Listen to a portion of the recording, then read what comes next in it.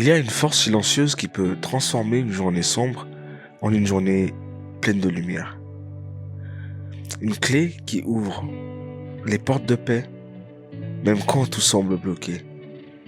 Cette force, tu l'as déjà en toi. Tu n'as juste peut-être pas encore appris à t'y connecter pleinement.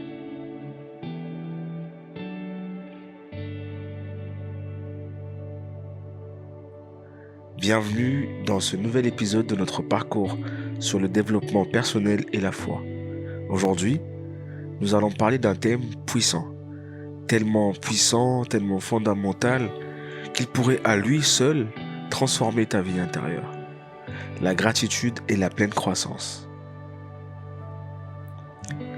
Oui, la gratitude, ce n'est pas seulement dire merci. Non.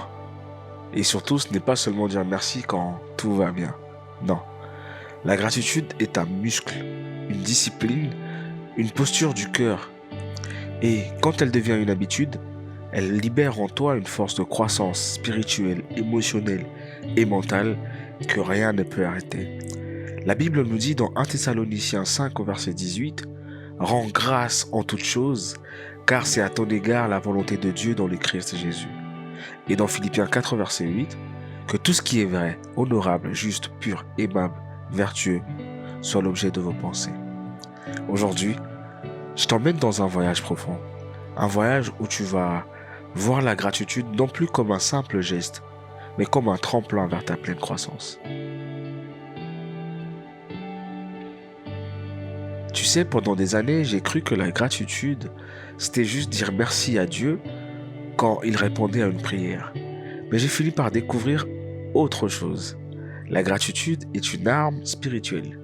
Elle change ton atmosphère intérieure avant même que le problème pour lequel tu as prié puisse être transformé, puisse être changé. Un jour, avant le mariage, j'étais dans une période où tout partait dans tous les sens. Le stress était à son paroxysme. Une impression d'être bloqué dans ma propre vie. Je n'avançais pas parce qu'au final, tout ne dépendait pas que de moi. Et un jour, un ami m'a dit « Arrête tout. Prends 5 minutes. Liste 10 choses pour lesquelles tu es reconnaissant envers Dieu. » Je l'ai fait au début. Je l'ai fait un peu à contre-cœur au début, mais au bout de la 3e chose, quelque chose commençait à s'assouplir dans mon cœur. Et quand je suis arrivé à la 10e, la paix est revenue. Ma situation n'avait pas changé, mais moi j'avais changé. Rentrons dans la Bible. Prenons maintenant l'exemple de Job. Il perd tout, absolument tout. Ses enfants et tous ses biens. Et pourtant il dit, l'Éternel a donné, l'Éternel a repris. Que le nom de l'Éternel soit béni. Il ne dit pas ça parce qu'il était insensible à la douleur. Mais il dit ça parce qu'il savait que le fait de bénir Dieu protège son cœur du désespoir. La gratitude, elle ne nie pas la réalité. Elle t'aide à regarder la réalité avec Dieu à tes côtés. C'est simple. Tu ne peux pas grandir dans une atmosphère intérieure de plainte. La plainte paralyse. La gratitude t'ouvre. C'est comme une graine. Si tu la plantes dans un sol amer, elle meurt très vite. Dans un sol reconnaissant, elle germe. Une fois, j'ai rencontré une dame âgée, quand j'habitais au Muro, qui avait tout perdu dans un incendie. Et elle m'a dit une phrase qui, depuis 2014, ne m'a jamais quitté. J'ai tout perdu, sauf ma paix. Tant que j'ai ça, Dieu peut tout reconstruire. Cette femme, elle rayonnait. Elle avait un calme d'une profonde manière. Ça m'a bouleversé. Elle avait une force incroyable. Tu vois les gens qu'on appelle la force tranquille, je pense que c'est elle. Et je suis convaincu aujourd'hui que la gratitude a produit cette force, ce calme et ce rayonnement en elle. Paul, il a écrit, Philippiens 4, verset 8, « Depuis une cellule dans un lieu sombre, et pourtant, il choisit volontairement ce qui nourrit la croissance, la pureté, la justice, l'amour, la vérité. » Sa prison extérieure n'a jamais réussi à devenir sa prison intérieure. Souvent, on attend les grands miracles pour être reconnaissant envers Dieu. Mais les plus grandes transformations commencent dans les petites choses. Quand Jésus se retrouve face à une foule affamée avec seulement 5 pains, il ne commence pas à dire « Wow, c'est pas assez. Comment on va faire ?» Non, il commence à dire « Père, je te remercie. » Et ensuite, le miracle s'est produit. Les gens l'appellent souvent la multiplication du pain, mais moi j'aime bien l'appeler la division du pain. Vous savez pourquoi? Parce que il a pris, il a coupé et tout le monde a réussi à en avoir. C'est ça la division du pain pour moi. J'aime pas trop le terme multiplication, mais bon. Chacun peut dire ce qu'il pense, d'accord? On va dire du coup multiplication.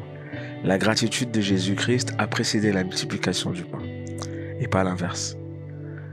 Imagine, tu te lèves un matin, tu n'as pas tout ce que tu veux, mais tu remercies Dieu pour le souffle de vie, pour le fait d'être encore là, pour le jour qui s'ouvre à toi. Tu crées déjà une atmosphère, tu crées ton sol intérieur, et c'est à partir de là que la croissance, elle, devient possible. On vit dans un monde d'angoisse, des scénarios catastrophiques, des pressions permanentes. La gratitude agit comme un filtre mental aussi.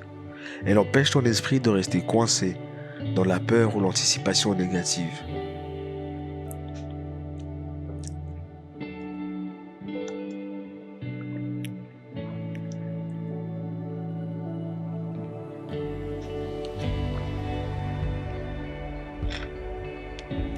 Une fois, il y a quelques mois, il y a même pas 2 mois, j'étais littéralement noyé dans les « et si ». Et si ça ne marchait pas? Et si je n'y arrivais pas? Et si je décevais? Et j'ai ressenti cette petite voix intérieure qui m'a dit « Et si tu te souviens de ce que Dieu a déjà fait ?» J'ai repensé alors aux délivrances, aux portes ouvertes, au moment où j'ai été relevé. Et là, la peur a commencé à fondre. Dans le psaume 103 au verset 2, le psalmiste écrit « Mon âme bénit l'Éternel et n'oublie aucun de ses bienfaits. » Ce verset est devenu pour moi un antidote. Quand tu te souviens, tu guéris. Quand tu remercies, tu respires. La gratitude te raligne. Elle te replace dans la bonne posture, face à Dieu, pas face à tes problèmes. Elle change ton regard, ton langage, ta respiration et ton rythme intérieur. Parlons des 10 lépreux dans la Bible. Des 10 lépreux que Jésus en a guéris. Mais un seul est revenu remercier Jésus-Christ. Il avait carrément demandé à ce lépreux, où sont les 9 autres? Ne sont-ils pas guéris? Et c'est le seul à qui Jésus-Christ a dit « Ta foi t'a sauvé ». Pourquoi? Parce que la gratitude ouvre une transformation plus profonde qu'une simple bénédiction. C'est comme un arbre. Tu peux lui donner de l'eau, du soleil, du bon sol, mais ce sont les racines qui déterminent sa croissance. La gratitude est alors une racine pour nous humains. Une racine qui s'enfonce profondément pour t'aider à pousser plus loin. Nous sommes arrivés à la fin de cet épisode. J'espère que tu en as appris plus sur la gratitude que tu en savais déjà. Et si nous pouvons passer un petit moment dans la prière ensemble.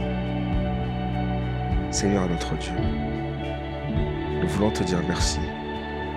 Merci pour la vie que tu donnes. Merci pour les forces que tu déposes en nous tous. Merci pour les portes que tu as ouvertes et même pour celles qui sont encore restées fermées.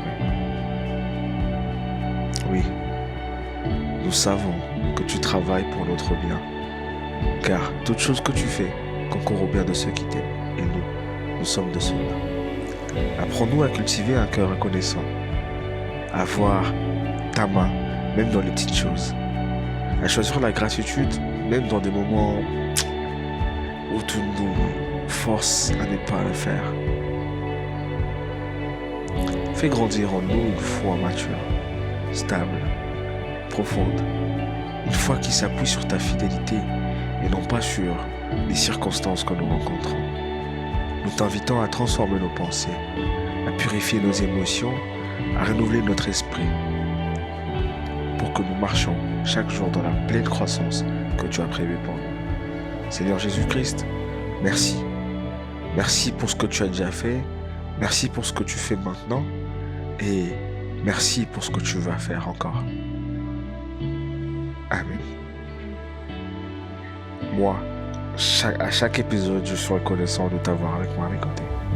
Alors, une fois de plus, je te remercie d'avoir passé ce moment avec moi. Aujourd'hui, tu as posé une graine, la gratitude. Alors, arrose-la, entretiens-la. Laisse-la devenir un arbre qui portera du fruit dans ta vie. N'oublie pas, tu grandis quand tu remercies, tu avances quand tu reconnais le bien, tu t'élèves quand tu laisses Dieu élargir ton regard. On se retrouve demain pour un nouvel épisode de cette semaine qui portera sur surmonter les obstacles. D'ici là, marche dans la paix, dans la gratitude et dans la pleine croissance. Que Dieu te bénisse abondamment.